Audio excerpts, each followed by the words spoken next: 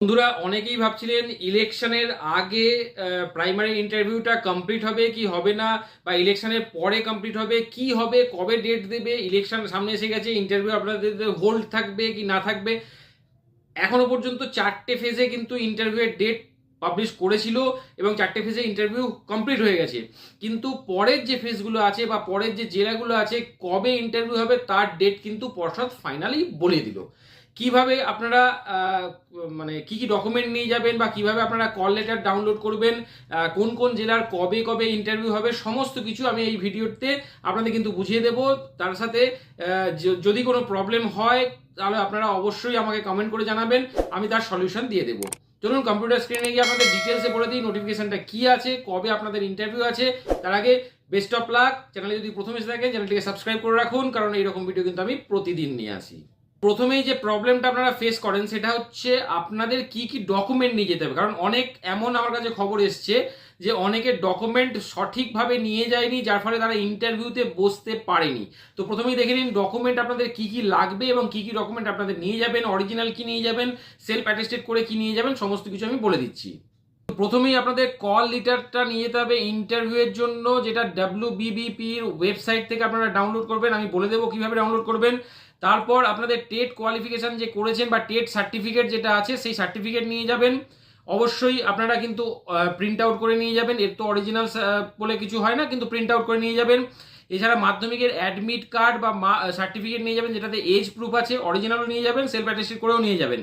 মাধ্যমিকের মার্কশিট নিয়ে যাবেন এবং মাধ্যমিকের এইচএস এর মার্কশিট নিয়ে যাবেন এবং এইচএস এর সার্টিফিকেট নিয়ে যাবেন। দুটোই কিন্তু অরিজিনাল নিয়ে যাবেন, সেলফ অ্যাটেস্টেড করে নিয়ে যাবেন।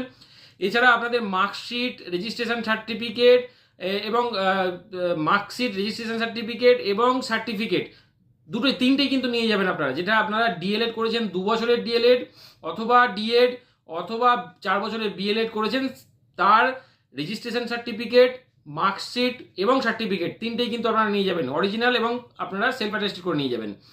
এছাড়া আপনাদের গ্র্যাজুয়েশন করে থাকলে গ্র্যাজুয়েশনের মার্কশিট, সার্টিফিকেট নিয়ে যাবেন।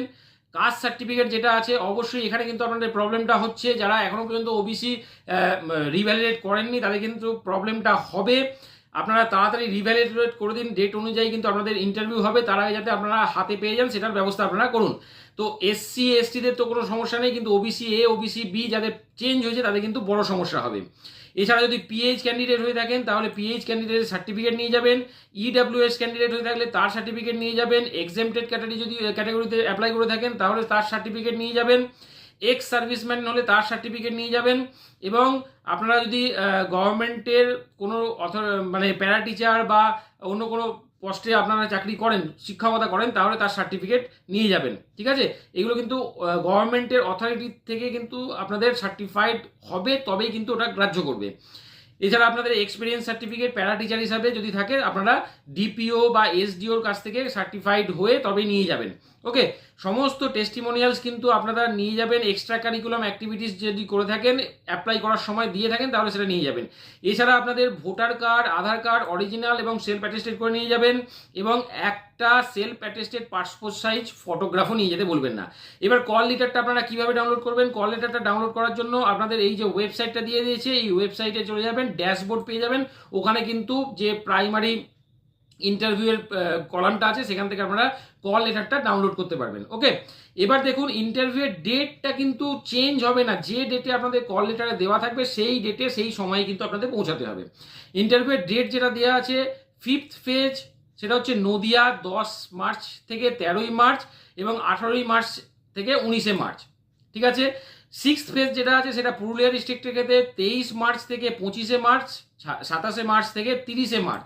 ওকে, আর 7th ফেজ যেটা আছে বাঁকুড়া ডিস্ট্রিক্টের ক্ষেত্রে 6 এপ্রিল থেকে 10 এপ্রিল এবং 16, 17, 21 আর 21 থেকে 24 এপ্রিল। ওকে, আলিপুরদুয়ার দক্ষিণ দিনাজপুরের ক্ষেত্রে 8 ফেজে আপনাদের হবে 27শে এপ্রিল থেকে 30শে এপ্রিল।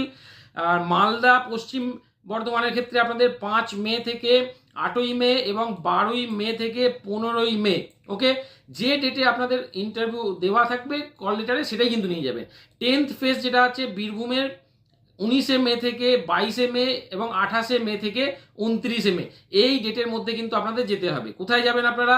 আচার্য প্রফুল্লচন্দ্র ভবন, DK/7/1, সেক্টর 2, সল্টলেক, কলকাতা 91। যারা দূর থেকে আসছেন টিকিট বুক করে নিন, কারণ আগের দিনের টিকিট বুক করবেন, কারণ এখানে কিন্তু সেই সময় প্রবলেম হতে পারে, বিভিন্ন রকমের ট্রাফিক জ্যাম থেকে শুরু করে কলকাতায় অনেক রকম প্রবলেম হয়। তো বেশি দেরি করবেন না প্রিপারেশন ইন্টারভিউয়ের জন্য। আশা করছি আপনারা ঠিক করে নিচ্ছেন। চ্যানেলটিকে সাবস্ক্রাইব করে রাখুন। কেমন লাগলো আজকে ভিডিওটি কমেন্ট করে জানাবেন। কোন জেলা থেকে আপনারা অ্যাপ্লাই করেছেন সেটাও কমেন্ট করতে ভুলবেন না। আজকে এই পর্যন্তই, ধন্যবাদ।